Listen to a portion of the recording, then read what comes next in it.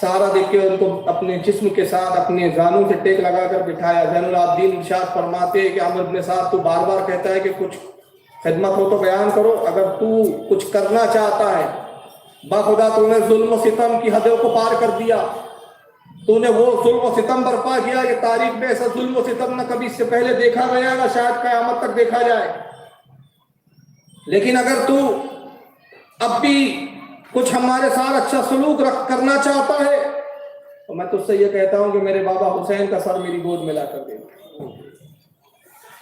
عمرو بن سعد نے جیسی یہ بات سنی تو ایک شیطانی کہکہے لگاتے ہوئے کہتا ہے، زین العابدین مجھے تو لگا کہ تم پانی کا مطالبہ کرو گے، بخدا میں جانتا ہوں کہ تم 3 دن سے پیاسے ہو، 3 دن سے بھوکے ہو، تم کھانے کا مطالبہ کرو گے، افسوس تم نے مانگا بھی تو اپنے بابا حسین کا سر مانگا، وہ سر تو میں نے خولی ابن یزید کو دے دیا ہے، خولی ابن یزید کے وہ قبضے میں اس کے قبضے سے اس سے مانگ کر نہیں لا سکتا۔ ہاں اگر تمہیں خواہش ہو تو تمہارے میں زانو پہ تو سر نہیں رکھ سکتا، تمہاری گود میں تو نہیں دے سکتا، اگر تم کہو تو حسین کا سر کسی ذریعے سے اس سے مانگ کر تمہارے پیروں میں لا کر رکھ دو۔ امام زین العابدین نے جب اس بدبخت کے جملے سنے، آپ نے چیخ ماری، کہا کہ افسوس اب بھی تو تیر اور نشتر، زبانوں کے نشتر چلانے سے بات نہیں آتا۔ یعنی اندازہ لگائیے کہ یہ وہ بدبخت تھے کہ صرف انہوں نے تلواریں چلا کر، نیزے چلا کر یہ اہل بیت کو نقصان نہیں پہنچایا بلکہ اپنی زبانوں کے تیر بھی چلائے، دلوں کو بھی زخمی کیا، یہاں تک کہ جب صبح ہوتی ہے تو یہ قافلہ روانہ ہوتا ہے۔ ابن زیاد نے کوفہ کو سجانے کا حکم دیا، کوفہ کے بازاروں سے لشکر اس حالت میں گزرتا ہے کہ اونٹوں پر پاک دامن بیویوں کو اونٹوں کی ننگی پیٹوں پر بٹھا دیا گیا، امام زین العابدین کو زنجیروں میں جکڑا گیا، نیک بیویوں کے ہاتھوں میں رسیاں باندھ دی گئی، اور ساتھ میں ایک منادی کرتے ہوئے چلتا تھا، لوگوں دیکھو جس نے یزید امیر المومنین یزید کے خلاف آواز اٹھائی، آج ان کے انجام کو دیکھو اور عبرت حاصل کرو۔ پورے بازار میں تشہیر کرتے ہوئے اور اس طرح بے پردگی کا مظاہرہ کرتے ہوئے بے حیا پورے بازار کوفہ میں گھماتے ہوئے اپنے زیاد کے دربار تک لے جاتے ہیں۔ یہاں پہ درمیان میں کچھ واقعات ہے لیکن وقت کی تنگ دامنی ہے جس کو میں یاد ترک کر رہا ہوں۔ ابن زیاد نے اپنے دربار کو خوب آراستہ اور سجایا آراستہ کیا، بڑے غرور اور گھمنڈ کے ساتھ یہ بدبخت تخت پہ بیٹھا ہوا ہے۔ خولی ابن یزید نے امام علی مقام کے امام حسین کے سر کو ایک تشت میں لا کر ابن زیاد کے سامنے رکھ دیا۔ ابن زیاد نے اشارہ کیا کہ میرے قدموں میں سر کو رکھ دیا جائے۔ یہ بدبخت تخت پہ بیٹھا ہوا ہے، سر حسین کو، وہ مقدس سر کو جس کو رسول اللہ چوما کرتے تھے، اس بدبخت کے ناپاک قدموں میں رکھ دیا گیا۔ اس کے ہاتھ میں ایک چھڑی تھی، اس چھڑی کو امام حسین کے سر پر مارتا، کبھی پیشانی اور بھووں پر پھیرتا، پھر اس کے بعد اس میں بدبختی یہ کہ لب حسین پر چھڑی کو لایا اور لب حسین کو چھڑی سے اٹھاتا ہے، اپنی چھڑی کو حضرت امام علی مقام کے دہن میں منہ میں داخل کیا اور دانتوں پر پھیرنے لگا اور پھر دانتوں پر چھڑی مارتا ہے۔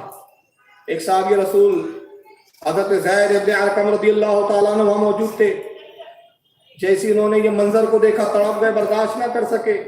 ضعیف العمر صحابی تھے، وہی حضرت زید ابن ارقم تھے کہ رسول اللہ مکہ کے سخت ایام کے دنوں میں انہی کے گھر میں مقیم رہا کرتے تھے۔ زید ابن ارقم نے دیکھا، برداشت سے باہر ہو گیا، سامنے تشریف لاتے اور کہتے او بخت، او بدبخت، اے کم بخت ابن زیاد و مرجانہ کی اولاد، تجھ میں حیا نام کی کوئی ذرہ اور کوئی خوبو باقی نہیں رہی، بدبخت اپنی اس ناپاک چھڑی کو لب حسین سے، دندان حسین سے ہٹا دے، خدا کی قسم ان بوڑھی آنکھوں نے ان لبوں کو رسول اللہ کو چومتے ہوئے دیکھا ہے، اس زبان کو ان دندانوں کو چوستے ہوئے دیکھا ہے، تیری وہ ناپاک چھڑی اس لائق نہیں کہ لب حسین کو اور دندان حسین کو چھوئے۔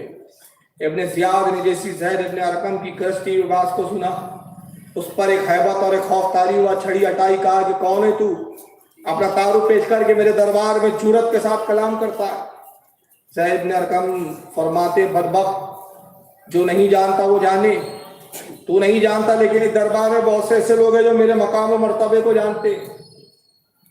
تب ایک شخص نے کہا کہ جو قریب میں کھڑا تھا ابن زیاد سے کہتا ہے کہ امیر یہ زید ابن ارقم رسول اللہ کا صحابی ہے۔ ابن زیاد نے سنا کہ کہا خدا کی قسم اگر تو صحابی رسول اللہ ہوتا تو تجھے بڑی سخت سزا دے گا۔ اے بوڑھے میرے دربار سے نکل جا، میں تیرے صحابی رسول ہونے کا لحاظ کرتا ہوں۔ زید ابن ارقم نے جب جملے سنے پھر گرج کیا، تڑپ کر کہا بدبخت، میرے صحابی ہونے کا لحاظ کرتا ہے، رسول اللہ کے رشتے اور خون کا لحاظ نہیں کرتا۔ تو نے رسول اللہ کے خاندان کو اجاڑ دیا۔ نواز رسول کے ساتھ تیرا یہ سلوک ہے کہ شہادت کے بعد بھی تو توہین سے باز نہیں آتا۔ پھر لوگوں کی طرف مخاطب ہوئے اور کہا کہ اے لوگوں، افسوس تمہاری عقلوں پر، افسوس تمہاری فکر پر، تم نے کن بدبختوں کو اپنے اوپر امیر مقرر کر دیا۔ یہ وہ بدبخت ہے جو تمہاری عورتوں کو لونڈیاں بنا لے گا اور تمہاری عورتوں کی بے عزتی کرے گا۔ افسوس کہ اے زید اے ابن ارقم، یہ منظر دیکھنے سے پہلے قیامت کیوں نہیں آ گئی۔ یہ کہتے ہوئے روتے ہوئے حضرت زید ابن ارقم اس کے دربار سے نکل جاتے ہیں۔ حضرت سکینہ کو سامنے لایا گیا۔ جناب سکینہ سر جھکائے کھڑی ہوئی ہے اس عالم میں کہ ہاتھوں میں زنجیر بندھی ہوئی ہے۔ اس نے پوچھا کہ ان بیویوں کا تعارف پیش کیا جائے۔ ایک بدبخت سپاہی نے تعارف پیش کرنا شروع کیا۔ کامیر یہ علی کی بیٹی زینب ہے، حسین کی بہن ہے، یہ اس کی بیوی شہر بانو ہے، یہ حسین کی دوسری بیوی رباب ہے، سیدہ رباب ہے، یہ فلاں ہے، یہ فلاں ہے۔ جب سارے تعارف پیش کر چکے، کہا یہ بچہ کون ہے؟ کہا یہ زین العابدین ہے، حسین پاک کا چھوٹا لڑکا۔ کہا میں نے تو سنا ہے کہ علی وہاں پر شہید ہو گیا تھا، کیا نام ہے تمہارا؟ امام زین العابدین فرماتے میرا نام علی ہے۔ امام زین العابدین کا اصلی نام بھی علی ہی تھا، زین العابدین لقب ہے آپ کا۔ امام حسین کے 3 صاحبزادے تھے، علی اکبر، امام زین العابدین کا نام تھا علی اوسط، اور ایک تھے حضرت علی اصغر۔ علی اصغر اور علی اکبر کربلا میں شہید ہو گئے تھے۔ امام زین العابدین بیمار تھے، یہ بچ گئے تھے۔ کہا کہ وہ کون سا علی ہے جو کربلا میں مارا گیا؟ کہا میرا بڑا بھائی علی اکبر تھا۔ اپنے سپاہیوں کی طرف دیکھا، شبر سے کہتا ہے اس کو کیوں چھوڑ دیا؟ کامیر یہ بیمار تھا، لہٰذا یہ ہمارے ساتھ قتال کرنے اور جنگ کے لیے خود آیا نہیں، لہٰذا ہم نے اس کو نہیں مارا۔ کہا کیا ہوا کہ یہ جنگ کے لیے نہیں آیا؟ یہ بھی حسین کا ہی صاحبزادہ ہے، حسینی کا بیٹا ہے۔ اے شبر تو نہیں جانتا کہ وہ بڑی مشہور کہاوت ہے کہ صاحب کا بیٹا بھی، صاحب کا بچہ بھی نیولا سپولا ہوا کرتا ہے، آج نہیں تو کل یہ بھی ڈسے گا۔ جلاد تلوار نکال اور اس کا سر قلم کر دے۔ جلاد جیسی حکم سن کے تلوار لے کر آتا ہے۔ حضرت سکینہ، حضرت زینب رضی اللہ تعالیٰ نے جب منظر کو دیکھا، امام زین العابدین کے سامنے آ کر کھڑی ہو گئی۔